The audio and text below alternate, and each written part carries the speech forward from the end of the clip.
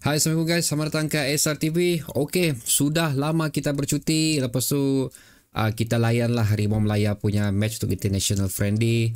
Lepas tu kita bercerita lagi mengenai potensi pemain yang bakal berpindah ke Sabah FC dan juga kita telah mendapat official statement yang kita telah tahu sendiri siapakah pemain tersebut yang bakal berada untuk pasukan Sabah FC bagi jendela kedua yang akan buka tidak lama lagi. Dan akhirnya kita telah kembali, iaitu besok sewaktu video dirakamkan, untuk perlawanan kira pusingan kedua lah untuk saingan Liga Super tahun 2023 untuk Liga Domestik kita, di mana ini adalah perlawanan ke-14 Sang Kijang Hijau iaitu Kelantan United FC akan akan menentang Sabah FC di Stadium Kelantan United lah.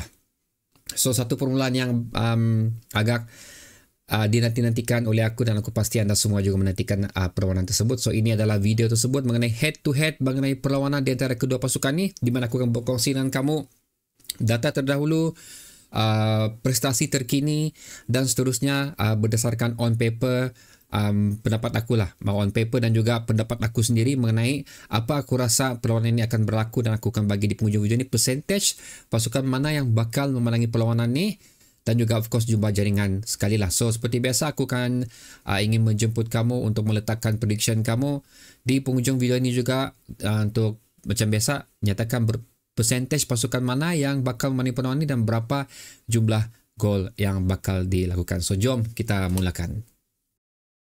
Jadi sebelum kita pergi jauh guys, ini adalah pertemuan terdahulu yang telah dilalui oleh kedua pasukan. Data aku ambil daripada sofascore.com. So 3 perlawanan saja yang aku kaitkan untuk pertemuan antara Sabah FC ni, di mana ketiga-tiga perlawanan tersebut telah dimenangi dan didominasi sepenuhnya oleh Sabah FC, di mana mereka telah membuat 7 gol dan hanya mampu diboloskan sebanyak 2 gol oleh pasukan Kelantan United FC.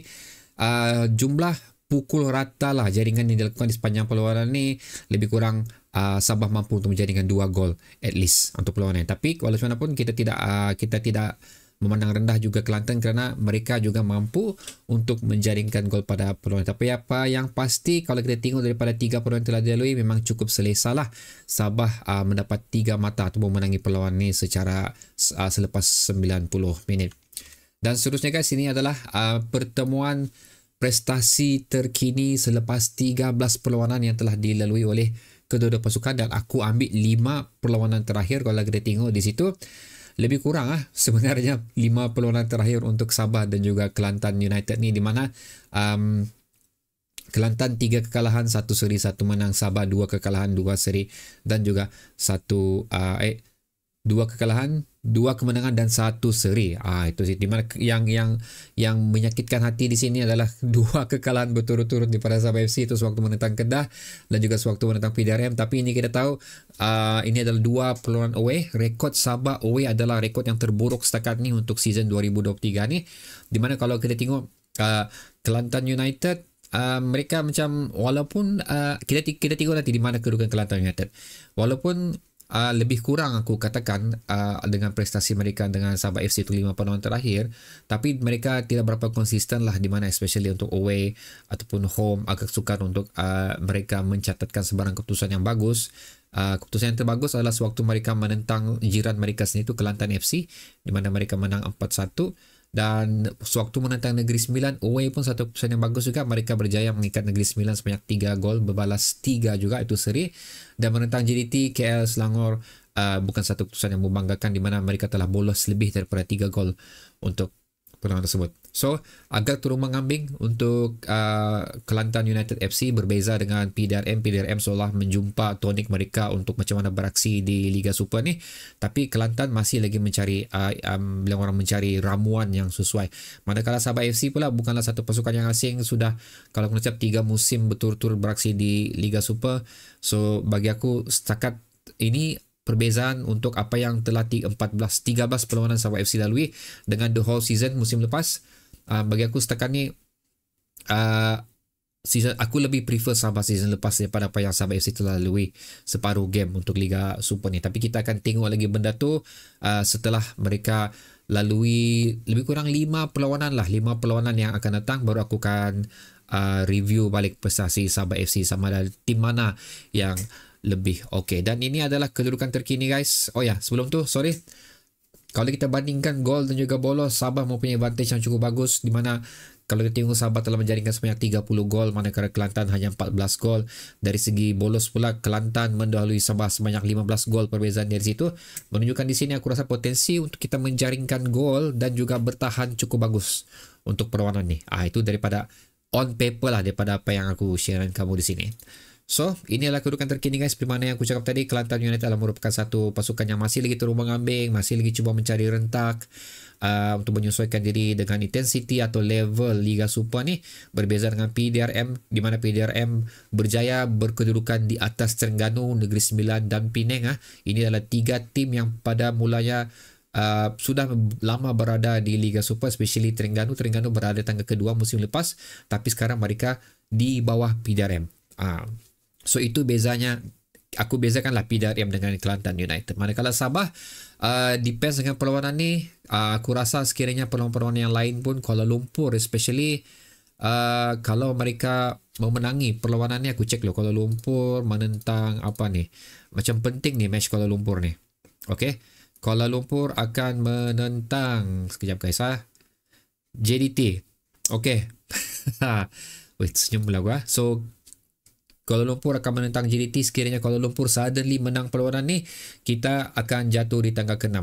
Tapi aku rasa aku bet JDT akan menang lah. So Sabah walaupun memenangi perlawanan ni, mereka tetap akan kekal berada di tangga ke-5. Tidak kira apa terjadi dengan keputusan Terengganu menentang Kedah, kerana Kedah pun sendiri mendahului kita sebanyak 4 mata. So 3 mata seterusnya tidak akan membantu untuk mengubah kedudukan Sabah FC lah. Tapi apapun, 3 mata yang penting untuk kita bawa balik pada perlawanan esok hari 26 hari bulan ni. So itu dah guys, based on paper. So kalau on paper kita tengok apa yang telah Sabah FC lalui, jumlah jaringan gol yang telah Sabah FC lakukan, jumlah bolos yang berjaya Sabah FC cuba elakkan, kita berada di satu potensi kemenangan 3 mata yang cukup yakin. Boleh dikatakan memang confirm lah bawa balik 3 mata. Tapi apa yang aku ingin share dengan kamu sini ada realiti sebenarnya, di mana ini adalah lagi satu perlawanan away untuk Sabah FC. So aku ada keraguan, aku ada kemusykilan sedikit di sini, betapa Sabah FC boleh mendominasi apatah lagi untuk memenangi perlawanan ni.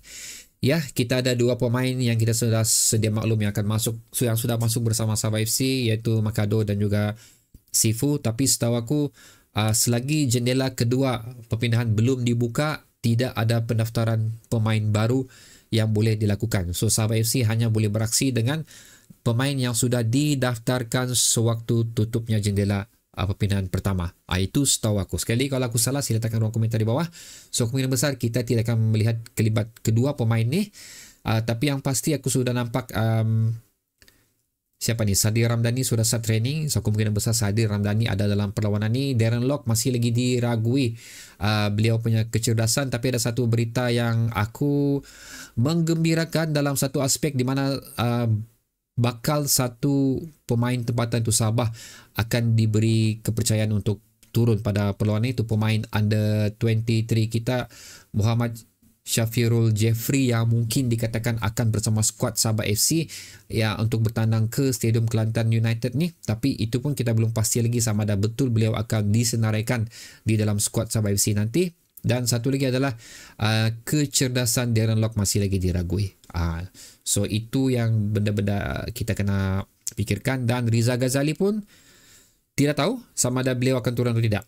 So Riza Ghazali pun kita tahu apa kes beliau. So kemungkinan besar akan diteliti dulu mentally. Physically aku rasa dia okey, tapi mentally akan diteliti terlebih dahulu sama ada beliau akan dapat turun beraksi pada perlawanan itu atau tidak.